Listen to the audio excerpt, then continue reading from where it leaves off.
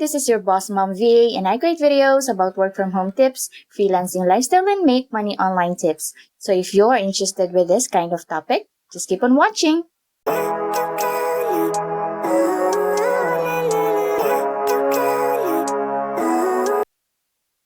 For this video, we're going to talk about the online side hustles that you can do to earn an extra income. Alam mo ba, because we are on a digital age, we are capable of earning almost everything because of the power of the internet. Because lahat yata ng transactions businesses ay gumagamit na ng online or internet connection. So if you have an internet connection or a Wi-Fi, then you can do these side hustles. Maybe you can do this for part-time or yung iba nga is ginagawa na ito ng full-time. And they are earning a decent income because of these side hustles online. I personally do these hustles and I am earning a good income because of the power of the internet. So if you're a stay-at-home mom like me, or maybe you're a student or unemployed, and you're thinking of ways on how to earn money, then this video is right for you. So if you want to learn more, just keep on watching.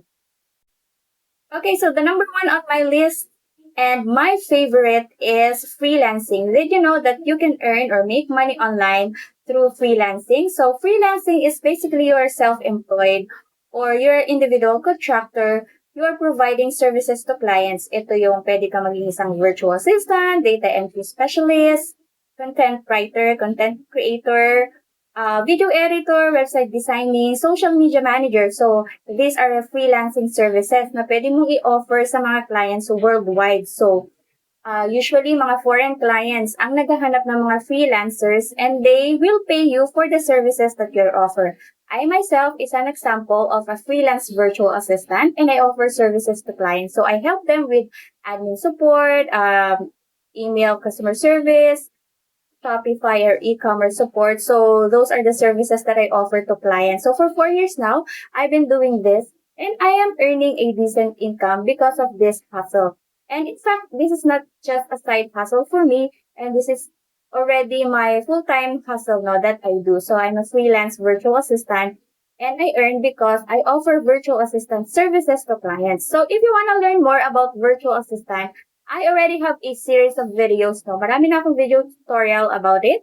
You can check on the link on the description box below. Or you can just browse my YouTube channel here, Boss Mom VA, for the video tutorials about virtual assistants. So ito yung number one recommended ko na side hustles online.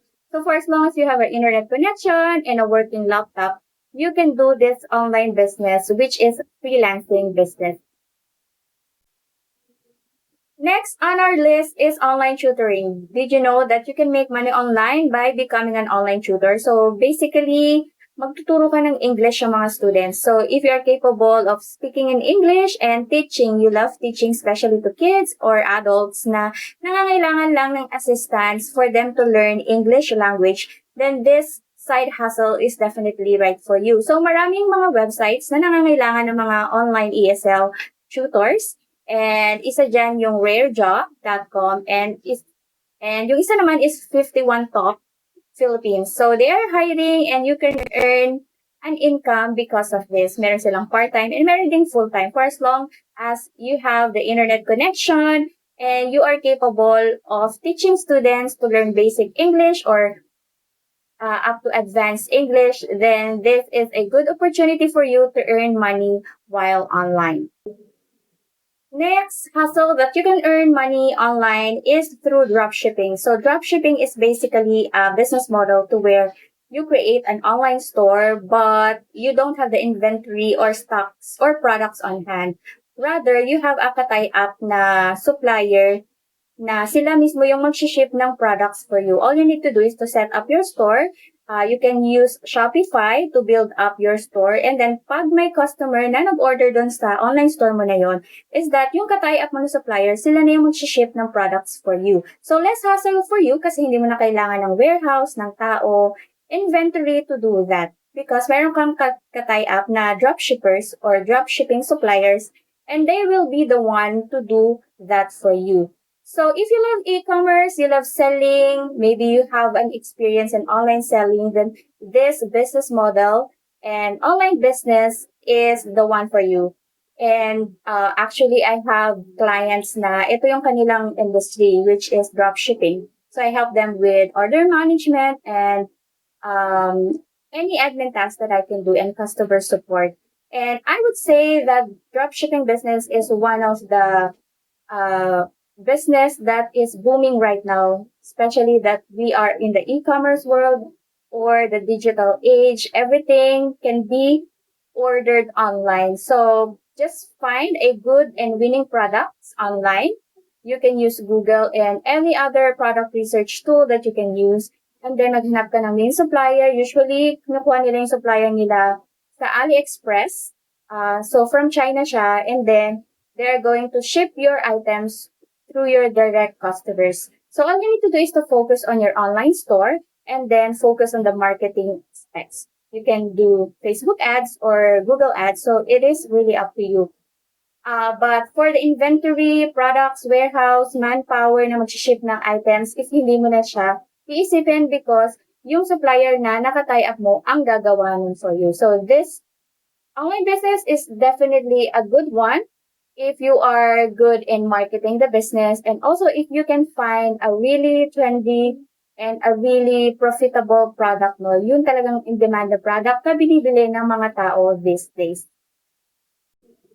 Next side hustle that you can do online to make money, and one of my favorite side hustle as well is affiliate marketing. So basically sa affiliate marketing is that you are promoting other companies or other sellers products or services and you will have a link to that, and if the customer has ordered through your link is that you will get commission. So basically wala kang hawak na inventory, wala kang ilalabas na capital to start this business.